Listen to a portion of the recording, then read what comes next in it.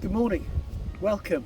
This is the Sustainable Landscapes Regenerative Agriculture live event, and we're here in Ripon on the farm of Neil Chester, and we're looking at what the benefits of regenerative agriculture are from a farming and from a landscape perspective.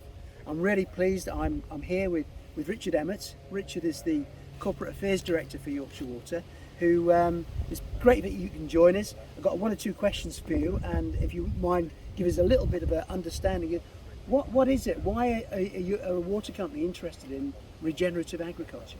So a water company is really interested in projects like this for two reasons.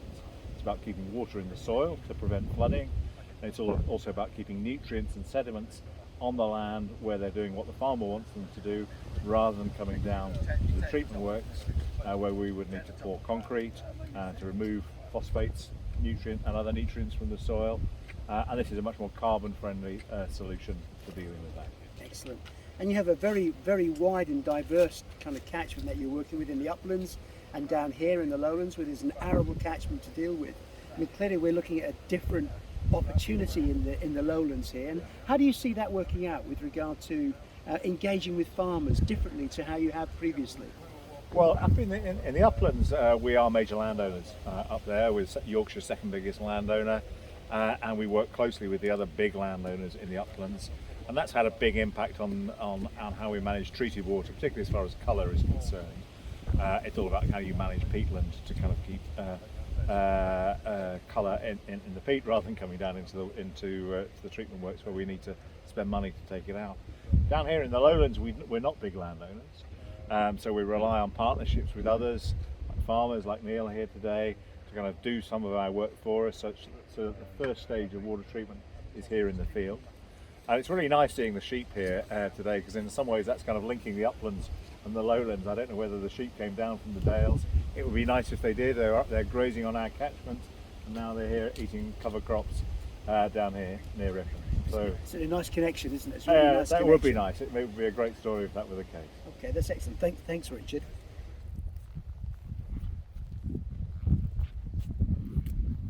Andrew, good morning. Thanks so much for coming over here to join us in Ripon today.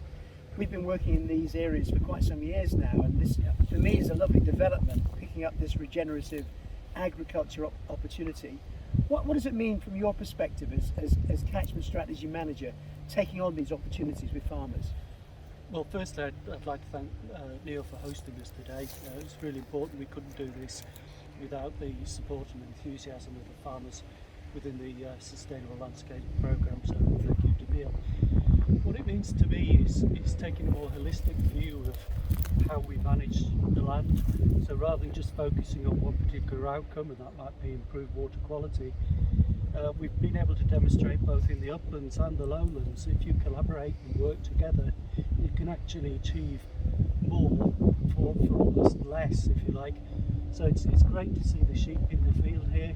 Traditionally with cover crops, quite often they'd be sprayed off with glyphosate, which is clearly an agrochemical, and it costs money to do it. So if we can actually get a better link between the uplands and the lowlands, and off-winter sheep on these cover crops, it's going to be good for the sheep.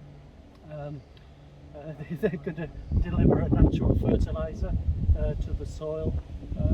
And historically, many farms were mixed, so they had livestock on the farm, and we've sort of moved away to separate arable and separate livestock farms. And this to me is a way of going sort of back to the past, if you like, and farming with biology rather than chemicals. Hi Neil, great cover crop here. How did you establish this, Neil? This crop was established by broadcasting it into the standing wheat crop. To do this, we made our own broadcaster that was fitted onto the farm sprayer. Oh, we love that bit of innovation. And you looking across the field, you look to have a pretty even spread there actually. It's looking very good. Yeah, it's got four spreaders spread out across the width of the boom, and it's spread all the light seeds across the full width of the spreader. Excellent. In the background, we see some sheep. I guess in real regen ag, you need to get livestock involved in the process. tell us a little about what you hope the sheep are going to do for you. Yeah, we don't have any sheep on the farm of our own, but we have a neighbouring farmer who's got sheep, and we have an agreement with him whereby he'll bring the sheep onto the fields, graze them off under our control, and the idea being that it can, the sheep will process the organic matter that we've grown and leave it in the field in a form that's better suited for the following crop to use as nutrients to grow.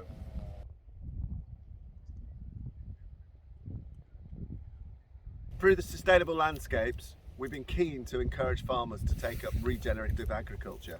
We took a group of farmers out to the Midwest a couple of years ago to see what the likes of Gabe Brown and Jay Fura are doing on their ranches out there, and really taken with it. We saw lots of opportunities to sort of get a Yorkshire version of regen ag here on farms in North Yorkshire.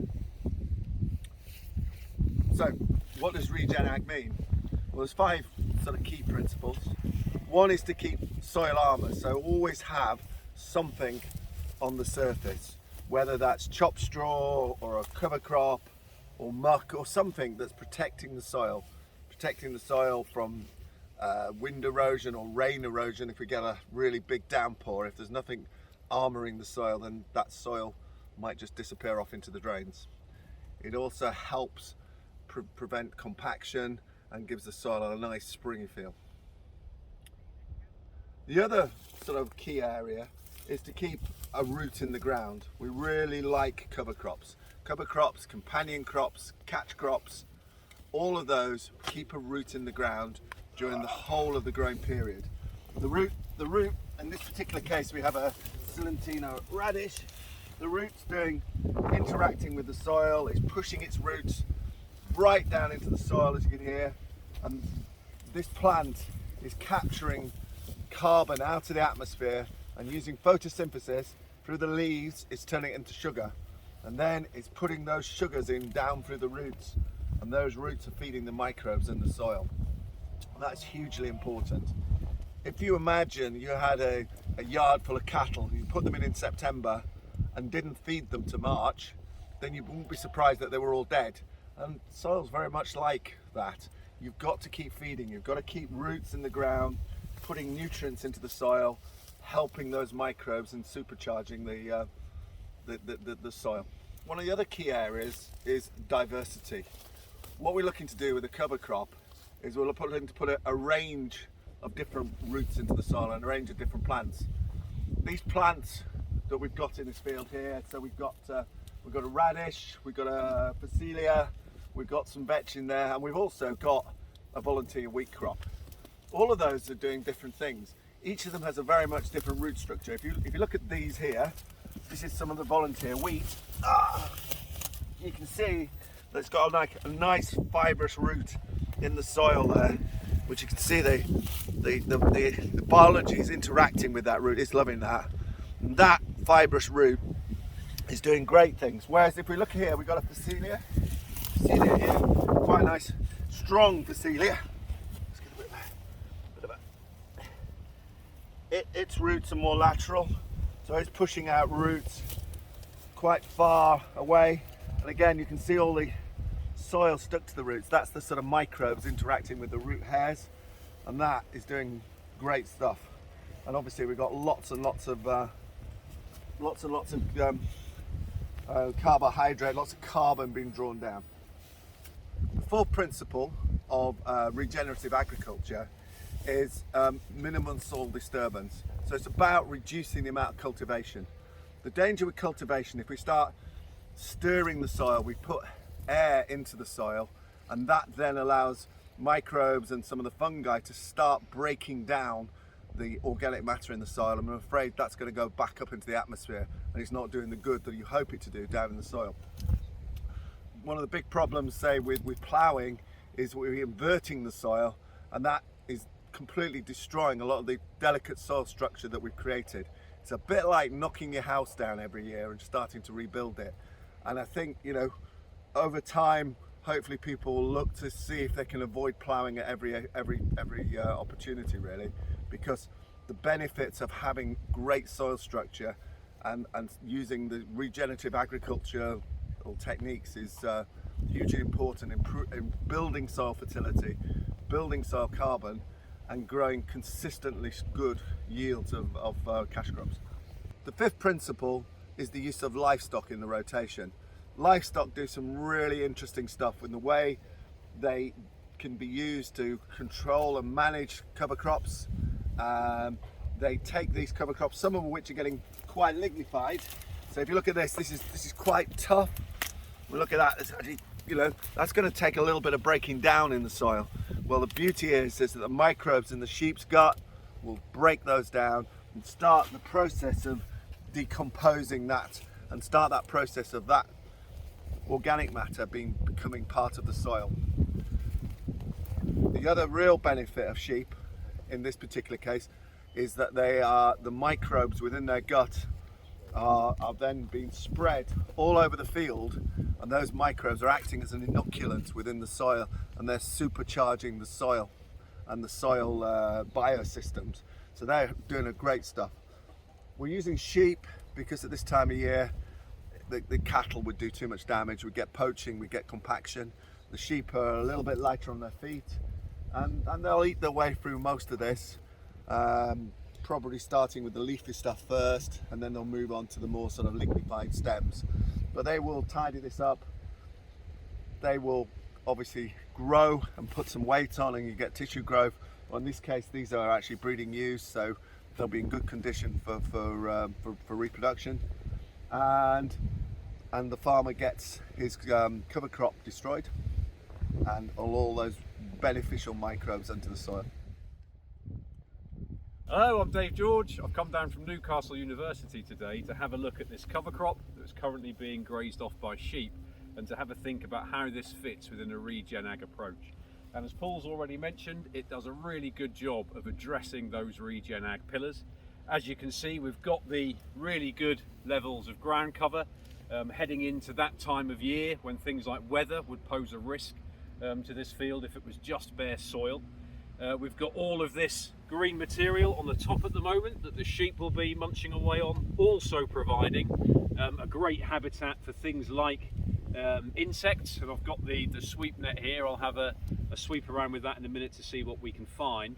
But of course also different species in this mix that are providing different things above ground, but also doing different jobs below ground as well. You've got those varying root architectures working at different levels in the soil, and you've also got those different species exuding different exudates through those roots to benefit a nice, healthy, diverse population of soil microbia underneath the soil beneath our feet. And as we've already mentioned, having that diverse microbial community, that living soil, the longer we can keep that going through the year, the healthier, more biologically active soil we have going into the next crop to help in terms of production, looking at things like how well those crops can make use of nutrients as they begin to grow. So the sheep doing a really good job of breaking down this quite tough green material and kick-starting that process of turning this into carbon in the soil via all of those that soil biology that exists beneath our feet. So carbon will exist in different forms in the soil. This is obviously organic matter that's going to go into the soil there. As it starts to break down, what we really want to do is get all those microbes working very hard to help to lock that carbon up in a more stable form in the soil where it can be held for longer. So the other thing we have here within this diverse mix, we have a few different species that have actually been sown using the spreader. We've got some of the volunteer wheat coming back through. One of the species that we have in here is a legume, it's the vetch. And of course the vetch will be doing a really good job of fixing nitrogen. A lot of these other plants, what they're doing is sucking up any nitrogen that might have been left into the soil and essentially turning it into green leaf material so that it can then be broken down to make that nitrogen available again for the following crop, particularly once that's gone through the sheep over there, helping to speed that process along and provide that nitrogen in a more available, easily used form. But we've also got those legumes. There's one, it's quite a small one, but you might just be able to see it coming through down here. So that's a vetch there. What we'll also find is that not too many in this patch here in terms of flowers, but certainly one or two as I've walked across the field. We've got some Phacelia in flower. Some of the brassicas are flowering as well.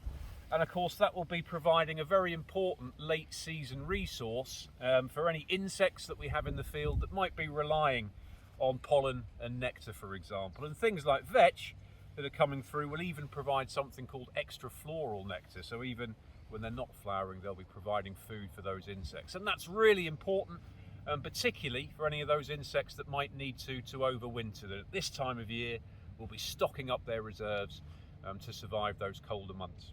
So this is very much what we're looking at here, what I would call a nature-based solution. And it's a nature-based solution that, as well as addressing one challenge, actually helps to address several at the same time. So it's very much a multifunctional tool, and I think those kinds of tools, things that can benefit natural capital both below ground and above ground, that can provide resources for biodiversity whilst helping to produce healthy crops next year, reduce synthetic inputs, and even store carbon within our soils, are the sorts of solutions we really need if we're going to successfully address some of those big challenges of the future. So I've just had a little bash around with the sweep net just in this area here, and although we won't see much buzzing around above the crop at this time of year, there's lots of insects that will be here in amongst the foliage and feeding on any of the flowers that they can find. And that's really important to make sure that we're maintaining a living system above ground and below ground. Of course, there'll be a lot more happening beneath the soil, probably at this time of year even more than is happening above it. But just based on a quick look at the soil, and you'll probably see there are some flies starting to emerge out from this sweep net already. I don't know if you can zoom in as I start to release what I might have caught in here. So if you look down into this net here, you'll see lots of flies buzzing around, but it's not just flies that I'm seeing starting to emerge from here. There are also quite a few parasitoid wasps coming out that we've caught in this net, a few beetles as well. And parasitoids are one of those really good insects that you want to have around in a field, because of course many of them will attack pest aphids, so they're providing that service of biological control. We've got a little spider there as well. Of course that's one that's probably more familiar to everybody as being a really good generalist predator. Yep, so we've got, just based on a quick sweep round with the net here, lots of different things that we're seeing in this net. We're not going to catch great big things like bumblebees at this time of year, but lots of much smaller insects, many of which are beneficial. And of course even the ones that aren't necessarily able to provide a service like pest control, for example, to the farmer, will be part of that ecological network that exists in this field. And the reason that network can exist is because we've maintained and created all of these living habitats through the use of this cover crop, and also through having sheep grazing that cover crop as well. Of course the sheep will be eating the plant material, the sheep will then be getting rid of that plant material out of the other end, and of course all of that organic matter that comes out as sheep droppings is providing another food source for another range of microbes or another range of insects. Neil, what would you say to some of your neighbours who are farming in more traditional plough, cultivate ways? What would you tell them? How should they get on this journey themselves? They have to look at the soil and see what is going on, because traditionally it was felt that if you didn't disturb the soil would become hard and not grow crops, where actually the converse is often true. The undisturbed soil, as we can see here today, is drier and more able to grow crops. And the fact, when you get your head around, the more you disturb the soil, the poorer its drainage and the poorer the crops that grow in it. If you look at the crop that's growing here, this crop is not short of nutrients. it's a deep green, and it's healthy. So this cover crop grazed off by sheep will be followed with a spring crop. Yeah, we will be growing spring barley in here this next year. We've structured our whole farming system to grow alternate years, spring and autumn crops, so that we can grow the maximum amount of cover crops in between them, and to that's having the diversity of cash crops, so we're not increasing the herbicide pressure chasing grass weeds in a predominantly autumn sown environment. That we're alternating crops, we're alternating spring and autumn, we're alternating cereals and legumes and oil seeds, so that we have a diversity across the rotation. So, I mean, nitrogen prices shooting up over £600 a tonne. I guess you'll look to use less and less nitrogen with the rotation and the use of cover crops. Yeah, the spring cropping is already leading us to use less nitrogen than we would have historically. We're also going down the route of using more foliar nitrogen rather than applying it to the soil. Nitrogen applied into the soil and then getting heavy doses into the crop leads to a lot of problems of excess disease. If we can apply little chunks of nitrogen into the leaf of the plant, we find we're getting better plant health, and have already managed to reduce our nitrogen requirement. Okay, Andrew, we've come here today. We've seen what Neil's doing with his soils. Does that give you some real confidence as to what the farmers are doing here in Yorkshire, with the value that brings to Yorkshire Water? Absolutely. We've been on this journey with Future Food Solutions and the Sustainable Landscapes programme for 5 years, and if we'd have seen what we've achieved in that 5 years, if we'd have said that's where we're going to be 5 years ago, I'd have said it was impossible. And I'm so passionate and enthusiastic about this whole programme because, as we like to say, if we all play fair, everybody wins. And this to me is a blueprint of how agriculture could roll out, not just within the UK, but the work that we've been doing together with the B Carbon team, and trying to understand the value of agriculture rather than just pointing the finger saying agriculture is the problem. Actually, agriculture is the solution to a lot of issues that we've got, whether it's flooding, resilient, sustainable food production, biodiversity. We've seen the stuff that David's doing. It's just a mass with invertebrates and pollinated species, and it just intrinsically feels the right thing to do.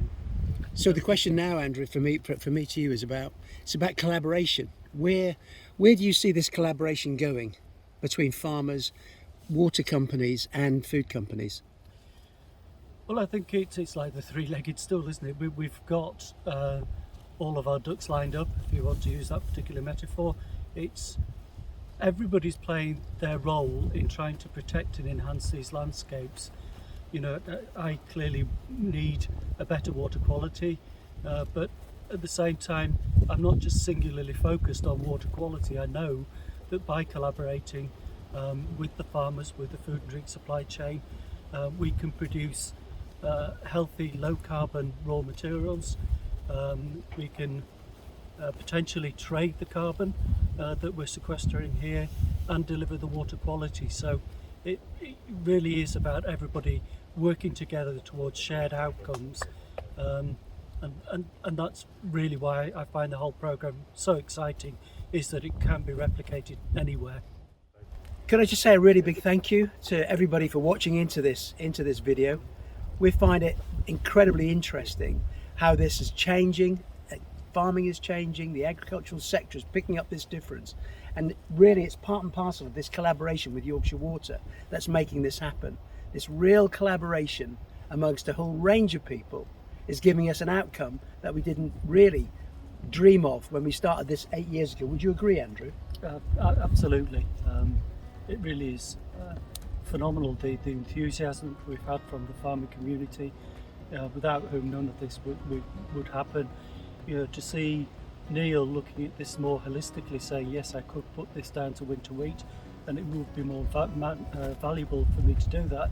But actually what Neil is doing is recognising that, like your car, you need to service your soils, because if you want the best performance out of this, it needs some TLC. You can't just keep taking out of soils and expect them to be resilient and healthy. So it's a super programme and I hope it continues.